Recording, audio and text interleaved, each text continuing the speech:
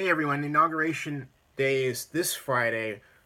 We're leading into Wednesday, and I went to Facebook to get news on Inauguration Day protests, mainly because I was told that by a friend at the Oakland Post, the Oakland newspaper here in Oakland, California, that law enforcement expected as many as 30,000 people to line the streets of Oakland in protest in some way on Inauguration Day.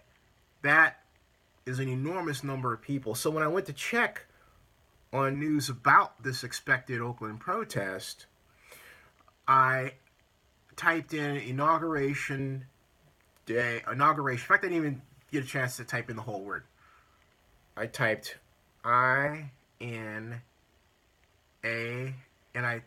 and the system spelled out Inauguration Day protest.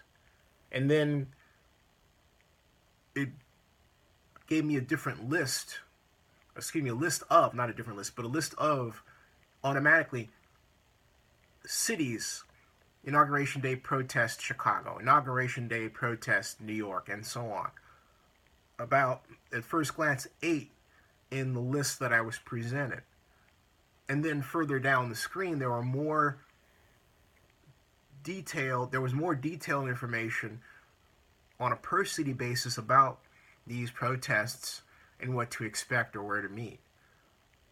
And then that was just the top news. And then the latest news had even more information on protests in more other cities.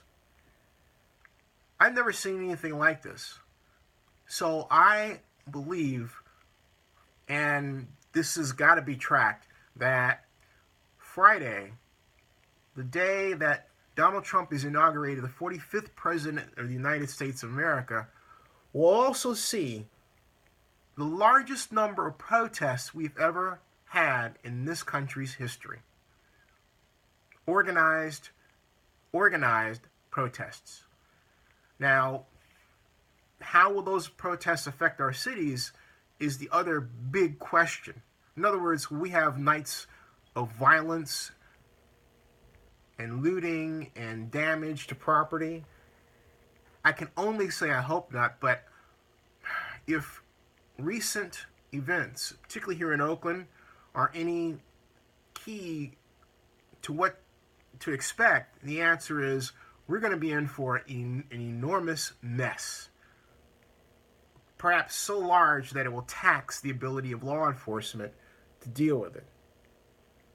I know that's dramatic, but I think it's better to err on the side of high expectation than to pass this off as something that will dissolve into nothingness and will not lead to any actions that will be of any real consequence, either in terms of physical damage to property or bodily harm, either intentionally or accidentally.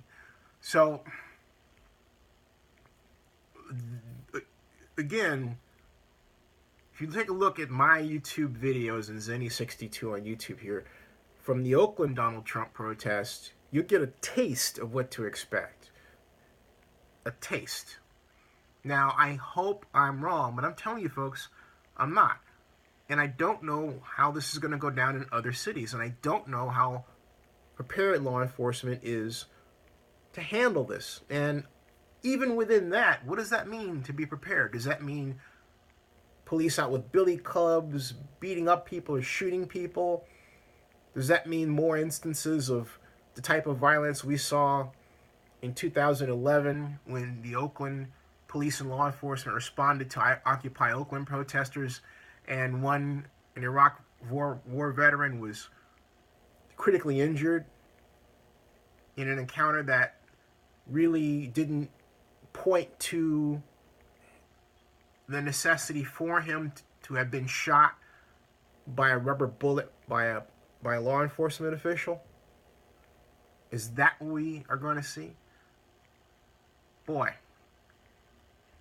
if that's how Donald Trump is going to open his presidency and it doesn't concern him, we're in big trouble. big trouble. Stay tuned.